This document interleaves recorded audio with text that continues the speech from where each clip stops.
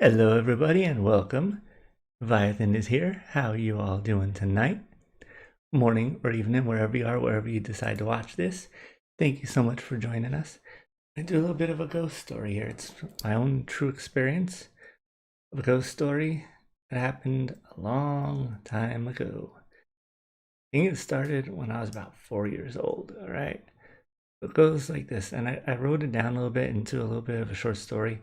So I figure I'll read it that way, although, to be honest, I don't really do a very good description in a short story. It's just something quick to write up and to get out and share with the entire world, so, as well as family and friends. Um, I suddenly awoke to a loud crash.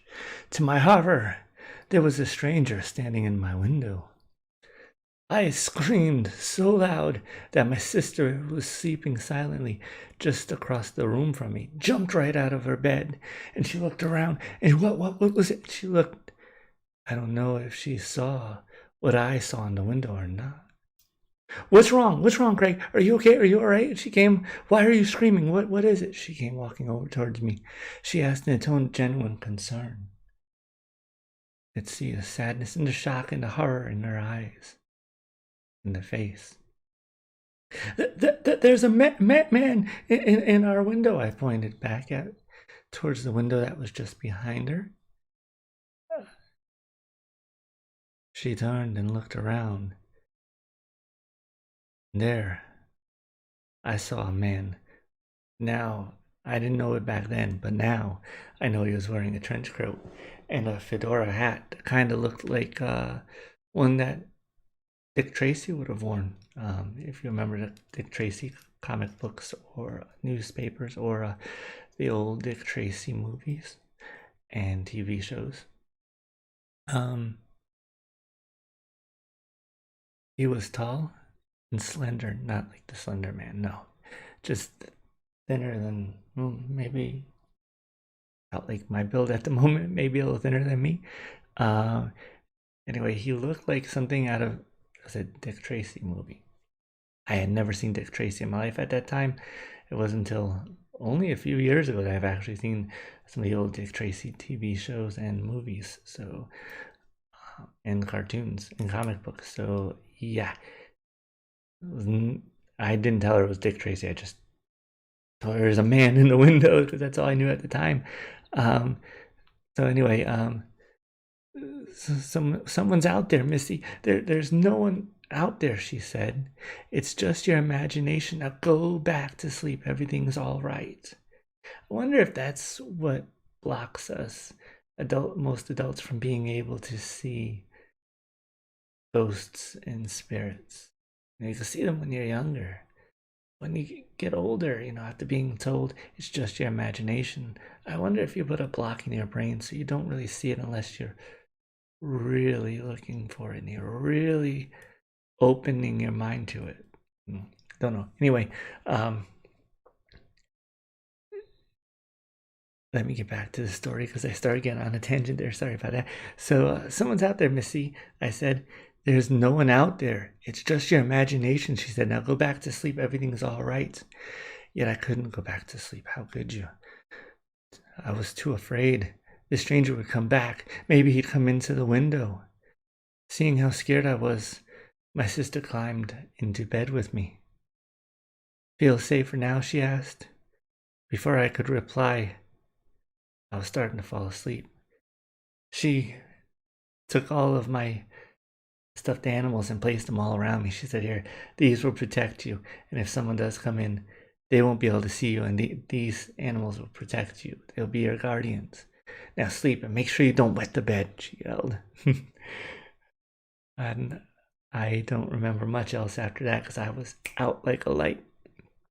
I awoke the next morning, still half asleep, waved my eyes. I walked half asleep, called out to my mom, Mom, Mom, Mommy, as I walked out of my room. I'm in the bathroom, she yelled back. I had one of my Matchbox cars. I remember that. And I was walking, I was maybe 5 or 6 at the time, maybe 4 or 5 more like. So I walked to the bathroom and I saw her blow drying her hair. I said good morning and proceeded to walk into my dad's bedroom, my parents' bedroom, basically. The room itself is small room, enough for a dark oak wooden dresser and a queen size bed that barely fit. To my left, there was a small closet, and to the right was a window. I sat down at the edge of the bed. My dog Dusty came running over to me. His coat was dusty brown, hence the name. Um, Henceforth, that's how he got his name. Yeah, that's what I meant to write. Dusty is half collie and half German Shepherd, or he was. He lived to be 20 years old, by the way. But at the time, he was only a few years older than me, so he must have been like 6 or 7, maybe 8 in human years. Anyway, I sat there for a few minutes. I was petting his hair. This is, scratching his ears and petting the top of his head. As I was petting Dusty, the closet door started to shake. Dusty barked at the door. Well, didn't really bark. He more like as he looked towards the door. I walked over to where the door was, and as I got closer, the door started shaking more violently. Making a boom and shaking so loud, right? That I screamed out, "Mom, Mommy, the closet door is shaking, the closet door is shaking." She said, "It's probably our landlord. Open it up for it." It's probably our landlord, and he's probably doing something downstairs. Or open it up for him or something like that, she said. I think it was more like, at the time the statement sounded a bit odd, yeah. But I did, she said, I tried to open the door.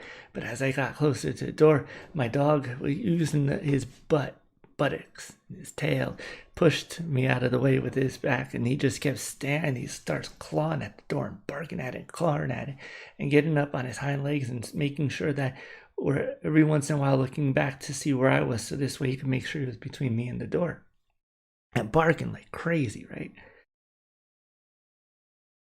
So as the handle started to shake, the doorknob was shaking so violently. But when I touched it, the moment I was able to touch it, I noticed it was locked. Couldn't move it. And Dusty quickly didn't bite my hand, but he grabbed it with his teeth and pulled it away. Didn't bite down hard, just enough to push me away from the door. And again went jumping back at the door and made sure he stayed between me and the door and kept barking. My mom soon into the room. As she did, the door stopped shaking easily. Stopped shaking immediately. Said, "What's going on in here? Dusty, calm down, cut down, stop barking." And I said, "Mom, the door was shaking." Oh, she opened the door, and inside the door, the only thing in the closet at the time was a box that he had gotten from my grandmother. That one of my grandmothers, had lent us, I guess, to watch for or to keep for her. It was navy blue. I don't know if anyone's ever seen this. It's a cardboard box, all navy blue all around it, like a dark blue, and blue top with white dots on top of it, almost looking like stars. And it was one of those boxes with the top you could just lift off. Yeah, nothing was in the box at all, except for a wooden piece of wood that was maybe about that big, and maybe about a little smaller than this phone, right? This Galaxy 7 phone. And on it had three shoes. A bowler shoe that you would see on elves in the pictures of the classic looking elf cartoons. It had one of those boots that a Christmas elf would wear, with the pointy front, and also just a black shoe that looked like something that Santa Claus or Frosty Snowman would be seen wearing. If you know the traditional Santa Claus with the red and black shoe, the red suit and the black shoes. So anyway, those dots on the box sort of look like stars. That was the only thing that happened at that house. But a few months later, we moved to another location. We moved from, that was at Dale Street down in Stamford, Connecticut. We moved to a place called Finney Lane in Stamford, Connecticut at the time. And oh, before we do that, before we moved out, sorry, I got ahead of myself. Should have been looking at my notes. Later that afternoon, right after the door shaking, my mom was hanging out clothes, and I was playing with my toy trucks in our backyard. The cops walked over into our yard, along with our neighbor, next door neighbor. They walked up to my mom and started talking to her. I couldn't hear what they were saying, so I ran over towards my mom. We'll say Miss Calloway was robbed last night while she was at work. It's a fictitious name. I don't know their real name. I don't remember that much. I remember them saying something about like being robbed or something last night. Asked the office. Last night while she was at work. Did you see or hear anything last night? Asked the officer. No, we all went to sleep relatively early last night. The kids were in bed by 8 p.m. and I was in bed not too long after. Did you hear anything loud noises or anything? I asked the officer. No, but if we did, we would have called the police. My mom continued to speak, but I don't really remember much of the conversation. I tried to tell the police officer about the stranger in the coat with the funny flap on the around the neck, like the trench coat tab, and the hat coming by my window. And my mom pointed that the window was on the second floor. So he just kind of, brushed it off. Like, yeah, I tried to explain the fedora hat, the cowboy hat is what I said at the time. The officer made like he was jotting down everything I said, but I highly doubt it. I mean, come on. My mom was pointing up to the window where I sleep, and it's the second floor window. How was she going to see how would I be able to see a shadow that high up, right? Anyway, I saw that our neighbor was a bit puzzled and more about concerned. She kind of believed me. Like she had seen something, like I could see it in her eyes, although I didn't know at the time, I just had a feeling. And a couple of days later, we were moving out to a new house. That's the one down on Finney Lane from Dale Street. Well, the house itself wasn't new. Hell, it was built in the early 1900s, just before the World Wars, or before World War I believe, or at least before World War II. A couple of days later, after we moved in to the new house, well, as I said, the house isn't so new. Anyway, it was new for us. I awoke one morning, cleared the sleepiness from my eyes as I usually do more. I got out of bed and I started to walk to the living room. Craig, don't be afraid, said this voice in a spooky tone. I literally turned. I was standing straight. I turned to the left there, facing the closet. This closet, and I saw this creature standing on two legs, two arms, like, just like a human person would have, red glowing eyes. I swear, if you've seen the movie Communion, they kind of do it right where they have Willie Stryper's Communion. In the movie Communion, they have a creature that's all blue that looks like a kind of rock creature, but they made him funny looking instead of spooky. If they would have made this thing dark as pitch, and they would have made it like rocks. I mean, that's the only way I could describe its body. It looked like it had rocks all over, like it was made out of boulders. Thing looked hideous, man. Don't be afraid. I was trying to say, Mom. I could not speak. I was like Abbott from Abbott and Costello, where I just... Nothing's coming out. My mouth is saying, Mom, but there ain't nothing coming out. Finally, Ma! And the creature goes, no, don't be scared, Greg. I'm not going to hurt you. Not going to hurt you. Come here. Don't call for your mom. Don't call for your mom. I'm not going to hurt you. my little legs started moving. I wasn't going anywhere, but my legs were chucking. I felt like I don't know, one of those cartoons where the feet move and you're not going anywhere. And finally, boom! I shot out of the room, slid across the kitchen, made a right, ran right into the living room on the right side of the kitchen, and I go into the room, and my mom is sitting there, not blinking and not moving at all. My dog is sleeping on the couch. He was never allowed on the couch. He only slept on the floor. So two odd things there, right? I go walking over to my mom, and I wave my hand in front of her eyes. She's not blinking. There's nothing going on at this point. And mind you, I'm about 5 or 6 at this time. My dog Dusty, still on the couch. Over to him, Dusty. I finally, as soon as I lay my hand on Dutchy. As soon as I lay my hand on Dusty's head to go to pet him, he jumps off the bed and starts barking, and he is like right on the floor. My mom finally yelled at him to get off the couch, and by that point, my dog was already on the floor, on all fours, and my mom was looking at me like, "How'd you get in here? Where'd you come from? Good morning. I didn't see you come in." And I'm like, "Mommy.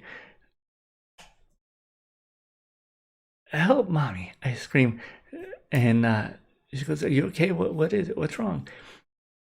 I said, "Someone's in my closet. Someone's in my room. Someone's in my room. Someone's in my room, mommy. Someone's in my room." I said as I ran towards her, and to my surprise, she didn't say anything. She just looked at me calmly. And then my dog Dusty started running into my room, screaming. And she goes, "Maybe it's just your imagination, but let's go take a look." She goes in. My dog Dusty was already inside the closet, barking away like crazy. My mom yelled at the dog. My dog Dusty, she didn't yell, but she told him to get out of the room, get out of the way. And she goes, "See, there's nothing in here. It's just your imagination." We can open the closet. Again, that same box. I mean, other than our clothes, in this case, there was clothes in this particular closet. The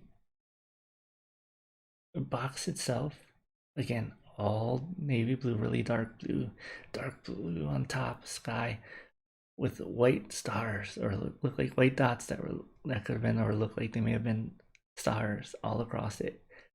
And again, you open it up, that same little thing with the same shoes on it. So after that, I gotta tell you, that closet door always stayed closed. This room was so weird, though. The closet door was pitch black. All right. Now we could paint any room in this house any color we wanted. We rented the house. We could paint them any colors we wanted, put in any floors we needed to, except for this room. This room had these plastic black vinyl, hard plastic black vinyl on all the walls. The ceiling was just white, normal white. The floor was a navy blue rug, and we were told it had to stay. Freaking weirdest, ugliest looking. I love the color blue, but this is the ugliest blue I had ever seen for a rug, let me tell you. This room was so pitch dark and so spooky. I don't know how I didn't have more nightmares than I did growing up in this room. Later that night, though, as I was sleeping, I started to hear the closet door shaking, and it's kind of like that, like, and it's shaking. I hear crack. It's the middle of the night, and I'm starting to freak out. I feel something grab my feet, like literally grab my foot and try to pull. My sister was in the next room. All right. She didn't hear a thing. She slept right through everything. She was a good sound sleeper. My mom and dad came in after they heard me scream, and it didn't take much for them to wake up and for them to come running in from their room. So they come running in. They're like, "It's all right. It's just a nightmare. You're all right." And I'm like, "No, someone's grabbing my feet. So my dad my mom's calming me down. She's like, it's just your imagination. No one in here. They're looking around and making sure the doors are still locked, windows, are all closed and stuff. We lived on the second floor, so again, not really any chance for people to get in really through windows or anything like that.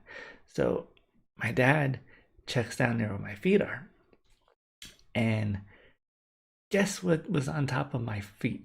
The little block rather of wood that was about this thick, this wide, right? With the shoes on it. Where'd this come from? Where'd you find this? And my mom goes, that's usually in the box that your mom gave us. My dad goes, oh. I don't remember anything else that was said that night, but the next day, that box was gone from our house. I asked my mom where it was, a long time, long time, maybe only a year or two, 2 years, 3 years later. And she said she gave it back to my dad's mom. And she's like, I don't care what happened to it after that. Like it could have burnt in toaster oven or something. I don't care. Anyway, ever since that box is gone, no sightings happen there. No feeling of terror at all. Everything remained calm there. So, no spirits, nobody trying to reach out to me, no one trying to grab hold of me, no nightmares after that night. That was one of my ghost tales. That was me growing up as a kid. I could share a couple of other ones where I've gone out with friends, like to Dudleytown, Connecticut, which is one of the scariest cities in all of Connecticut.